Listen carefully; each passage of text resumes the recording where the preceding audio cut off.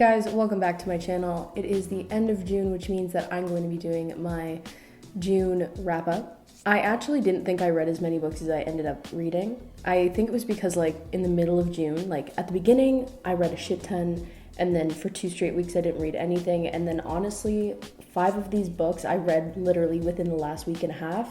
So I definitely have a lot to talk about. I'm pretty sure I have reviews up on all of these. If they're not already up, they will be coming soon. So I'm not going to go too into detail, but I will kind of brief over if I liked it or not. So yeah, if you're curious about my thoughts on the books that I read this month, then just keep on watching. Okay, so one of the first that I read was You by Caroline Kemps, or Kempenis, I don't really know. If you watched my review on this, I really actually enjoyed this book. I know some people are quite divided. There's quite mixed reviews surrounding this book, as well as the author in general, just her writing. A lot of people either love it or hate it. I thought it was really well written. Anyone who can get me to sympathize and cheer on a character that is a psychopath and a serial killer, that's good writing in my book. As well, I loved how all of the characters had a lot of depth to them. None of these characters felt two-dimensional to me, and it honestly, front to back, I thought was a really, really great book, and I would definitely recommend it. The next book I read was also one that I did a review on. It's called Tin Man. This is by Sarah Winman. I really, really enjoyed this. As I mentioned, I have a book or a review up on this. It's about 2 guys, and basically it's telling the story backwards. So from where you are, you have one character named, what is his name? Okay, so Ellis and Michael. So Ellis is married to a woman named Annie, and Ellis and Michael used to be best friends when they were kids, and now they aren't. And when they were children, they had a bit of a romantic relationship. So it basically goes backwards and tries to figure out why Ellis and Michael don't talk anymore and why he ended up with Annie.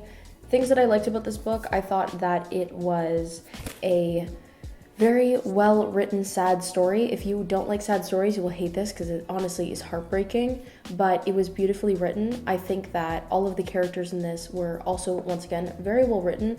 I don't want to say too much because the main reasons I liked it spoil the book. So if you want a spoiler review, then I would go to the actual review as I do spoiler-free for the first half and then go on to spoilers. But if you are thinking about reading this book, if you are into reading about or if you were into Call Me By Your Name, or if you weren't into Call Me By Your Name and found it a bit too risque, this is a great idea, or great book to pick up. Oh my god, I literally don't have words today. Next book I picked up was another one that I was so excited to read. It's called Girl Made of Stars. There was a lot of hype surrounding this book. This one I liked. I also didn't like parts of it. There was the one character, Charlie, that I really just didn't really like her. But I will say, all in all, this was a good YA book. I liked it. I thought that it was an extremely unique concept, which, if you haven't heard of the book, it's about this girl named, Mara. And Mara, basically, she has a twin brother named Owen, and Owen has a girlfriend that Mara is also best friends with. And the beginning of the book, Owen's girlfriend actually claims that Owen had raped her. So you have Mara, who's sitting there kind of being like, I have my best friend that I know would never lie about this, but I also have my brother that I just can't even imagine he would do something like this. I mean, from that alone, I was super intrigued, and I overall wasn't let down by this book. I thought it was really good. Was it anything crazy revolutionary? No, but it was exactly kind of what I expected. A little bit more, a little bit better than I expected, I guess you could say. But I thought overall it was a really great YA book. The next book I read was My Oxford Year by Julia Welland. I also have a rant review up on this. I did enjoy this book.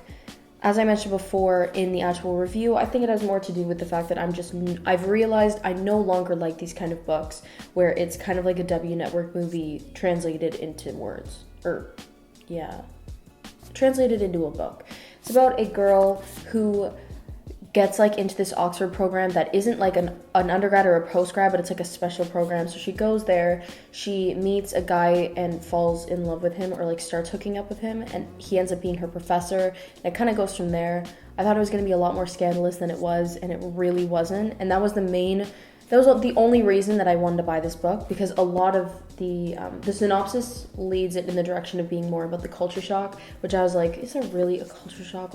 There is to a certain extent, but come on, calling that an actual culture shock, it just doesn't, I don't really get that.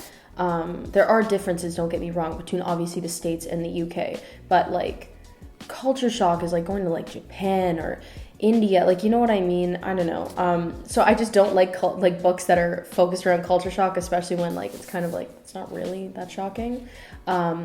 And I initially wasn't going to pick this up, but it was that kind of element of scandal that I was like, maybe this will be good, and it wasn't. So I just didn't enjoy it personally. If you want to, I guess, hear more about why I didn't like it, then you can watch my rant review. But yeah, I didn't really like it or would recommend it at all. The next book I read was In Her Skin. This book I don't really know how to feel about. I'm going to be putting a review up on this soon. It's basically about this girl who is homeless, and she decides that she's going to take on a girl's identity, a rich girl's identity, and basically like live her life. I feel like that's the extent I can go without ruining the book, because the next elements aren't really introduced at the forefront, and I don't want to take away from anyone who wants to read this because it's a thriller / mystery. I thought it was pretty good, but it had the tendencies where I'm like, I was kind of using the fact that it was a YA book as an excuse in my head, as I was like, oh, this is kind of cheesy, or this is kind of dumb, like this should be more detailed. And in my head I'm like, well, it's a YA book, which is that an actual excuse? I don't know, but I thought overall it was a good book. I wouldn't buy it. I'd rent it maybe from the library, but it does get pretty fucked up. I will say I was not expecting what happened. I was expecting something along the lines of what happened, but the way it kind of went, I was like, whoa, like that is really fucked up. And because it's so fucked up, I didn't think that was gonna happen. So yeah, would I recommend it? Yes. Is it the best YA thriller mystery book I've read this year? Definitely not. But I will get an actual full-length review up for you guys if any of you are curious, because I do think that this deserves more of a discussion video, because I do think it was a good book. It's just elements to it that I was like, you know. The next book I read was Summer Skin. I don't remember why, but I pre-ordered this book like 6 months ago, and there was something about the way that, I think it was Hello Giggles, the website, had worded this book. They were doing like press for it, that I was like, oh my god, this sounds amazing, I need it. And I realized it wasn't coming out till the summer, so I'm like, fine, I'll pre-order it. Did not think about it till then, or till it showed up at my door, and I'm like, oh my god, like, oh, it's that book. This was honestly such a big letdown, considering I don't usually pre-order books, because I'm not that, like, I'll just go and get it when it's out versus pre-ordering it, and this was just the most typical, dumb, stupid story I've ever read in my life. I want to do a rent review on it, but I genuinely don't think that I can do an actual video on it, because I think I was reading this book on autopilot because I was so bored and these characters were so bland. It was literally like the main guy was just a slice of Wonder Bread. Like, it was so boring, and everything about it, I'm like, God. And it took every fiber of my body to finish this book. I think I reached, where was it? I think I reached halfway through, and I was like, I don't want to read this anymore. And my end goal was, you know what, finish it, because if you want to do a rant review, you've got to finish the whole book. I have finished it, and I honestly think it's killed off so many brain cells in my head that I can't even do a rant review on it. So I don't know if I'm actually going to do a rant review, because I feel like it wouldn't be as, what's the word? I always forget my words, and it's so embarrassing. It just wouldn't be as backed up, I guess, as my typical rant reviews, which is something I really try to make sure of, because I don't want people to just think I'm like talking shit for the sake of it. So maybe I'll try to jot down some notes and see what I can do, but overall, I would not recommend this book at all. Next book I read was The Seasonaires, another one I was really let down by. I was so excited for this book. This was about a girl who goes on a brand trip to Nantucket, and basically how it works is she's part of this group of people, and they go to Nantucket, and they're like doing all this promo for a clothing brand, and all of this shit happens involving drugs and all this stuff, and it's supposed to be so good, and it just wasn't. I'm going to be doing a full rant review on this, so I don't want to talk about what I didn't like, because I want to do a whole freaking rant, because I'm so disappointed in this book. I was so excited for this, and it was just not even close to what I expected. So yeah, I wouldn't recommend it. It was not good at all. I honestly could not believe how let down I was. It really sucked. Finally, the last book that I read in June is one that I don't know how to feel about this book. It's called The Lies They Tell. It's by Gillian French. I was really excited about this book. I think it was very well done until the ending. I honestly, it would have been the last 100 pages. Up until the last 100 pages, I was like, this is the best YA thriller / mystery I've read this year.